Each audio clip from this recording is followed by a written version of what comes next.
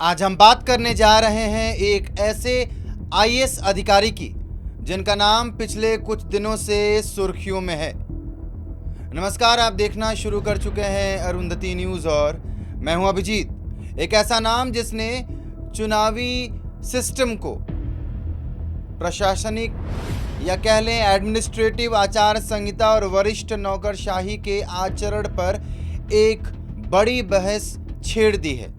हम बात कर रहे हैं आईएएस अनुराग यादव की, उत्तर प्रदेश कैडर के एक सीनियर और अनुभवी अधिकारी जो लगभग 2.5 दशक से भारतीय प्रशासनिक सेवा या कह लें इंडियन एडमिनिस्ट्रेटिव सर्विस में अपने पद की जिम्मेदारियां निभा रहे हैं। आज की इस विशेष रिपोर्ट में हम जानेंगे कि अनुराग यादव है कौन, उनका करियर कैसा रहा, कहां-कहां तैनात रहे, उनके अच्छे कार्य कौन से माने जाते हैं, वर्तमान में वे किस पद पर हैं, चुनाव के दौरान उनसे जुड़ा विवाद क्या था और उन्हें क्यों हटाया गया, और इस पूरी घटना के बाद प्रशासनिक गलियारों में कैसी हलचल है।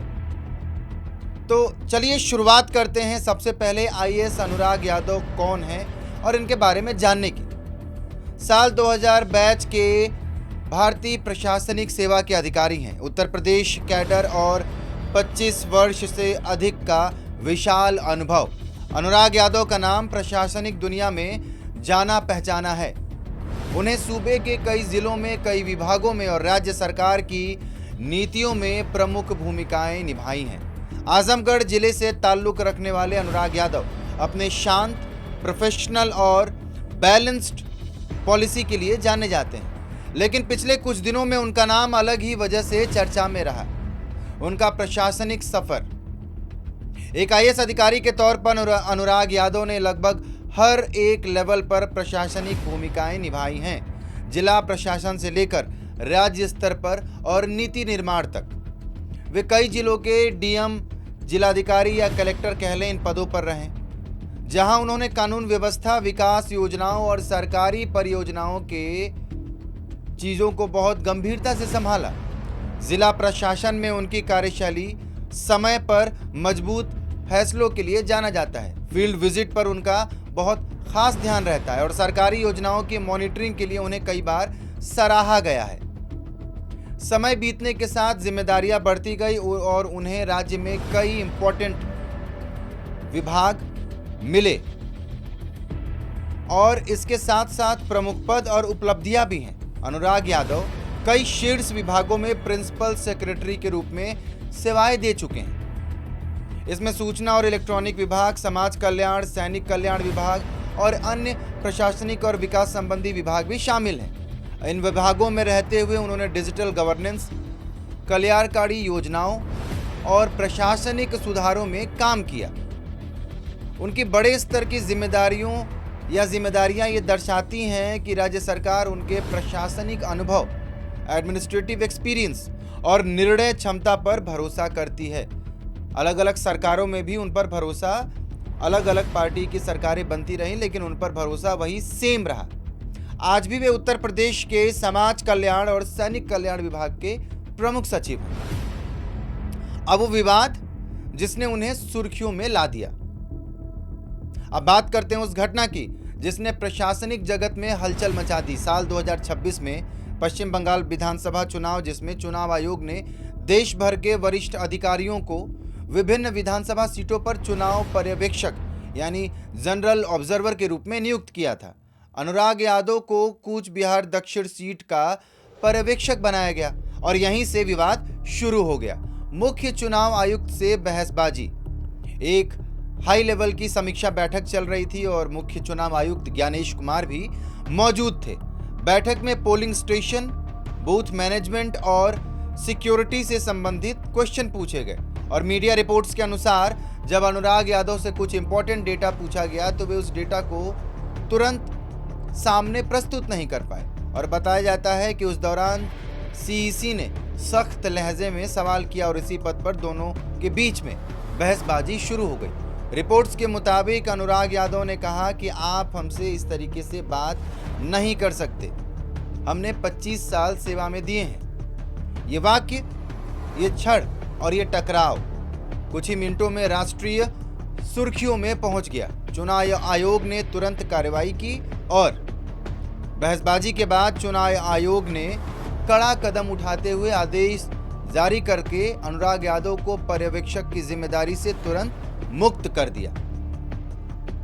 कोलकाता से वापस उत्तर प्रदेश उनको भेज दिया गया और उनकी नियुक्ति रद्द कर दी गई। चुनाव आयोग ने कहा कि उनका ये कदम केवल बहसबाजी नहीं बल्कि कार्य के निष्पादन में, उसके इम्प्लीमेंटेशन में जो कमी है उसके कारण से किया गया। ये कार्रवाई ये संदेश देती है कि चुनाव आयोग कड़ाई से अनुशासन और जिम्मेदारी का पालन चाहता है, खास करके पश्चिम बंगाल के मुद्दे पर, खास करके पश्चिम बंगाल चुनाव पर। और इस विवाद का प्रभाव क्या है? अब सवाल है कि इस विवाद से अनुराग यादव की छवि पर क्या असर पड़ेगा। एक्सपर्ट्स कहते हैं कि यह घटना दिखाती है कि चुनाव आयोग की जिम्मेदारियां बेहद सेंसिटिव होती हैं। एक वरिष्ठ अधिकारी भी अगर तुरंत आंसर नहीं दे पाता है तो वो सवालों में घिर सकता है। बहसबाजी जैसे व्यवहार को आयोग गंभीर मानता है। हालांकि ये भी सच है कि अनुराग यादव एक अनुभवी अधिकारी हैं और उनका अब तक का सेवा रिकॉर्ड संतुलित और बहुत प्रोफेशनल रहा है। ये घटना कुछ समय के लिए उन्हें सुर्खियों में जरूर ले आएगी, लेकिन प्रशासनिक दुनिया में ऐसे विवाद अक्सर समय समय के साथ शांत हो जाते हैं। पारिवारिक पृष्ठभूमि की बात करें तो अनुराग यादव की सार्वजनिक प्रोफाइल में पारिवारिक विवरण बहुत उपलब्ध नहीं है। वे उत्तर प्रदेश के आजमगढ़ से हैं, लेकिन मीडिया रिपोर्ट्स में माता पिता, पत्नी या बच्चों का विस्तृत विवरण नहीं मिलता है। प्रशासनिक अधिकारियों की निजी जानकारी अक्सर सुरक्षा कारणों से भी साझा नहीं की जाती। क्या अच्छे कामों के लिए उन्हें सम्मान और मान मिलना चाहिए या मिला है? सरकारी सेवा में अच्छे काम का मतलब होता है समय पर प्रमोशन, महत्वपूर्ण विभागों में नियुक्ति और राज्य सरकार का भरोसा। इस पैमाने पर अनुराग यादव एक सक्सेसफुल अधिकारी माने जाते हैं। उनके विभागों में सुधार, डिजिटल इम्प्लीमेंटेशंस और कल्याणकारी योजनाओं में योगदान को प्रशासनिक मंडलों में सराहा गया है। हालांकि सार्वजनिक स्तर पर कोई राष्ट्रीय पुरस्कार उनके नाम नहीं है, पर उनके नियुक्ति स्तर से उनके ट्रांसफर्स और जो उनकी पोस्टिंग्स हुई है उसके लेवल से ये बहुत क्लियर है कि उन्हें राज्य सरकार का मजबूत भरोसा प्राप्त हमेशा से रहा है। अब कुल मिलाकर आईएएस अनुराग यादव एक अनुभवी, वरिष्ठ और एडमिनिस्ट्रेटिव रूप से बहुत कैपेबल ऑफिसर हैं। उन्हें राज्य प्रशासन में कई बार शीर्ष पद पर मौका मिला है कार्य करने का और 25 वर्षों की सेवा में मजबूत अनुभव अर्जित किया है।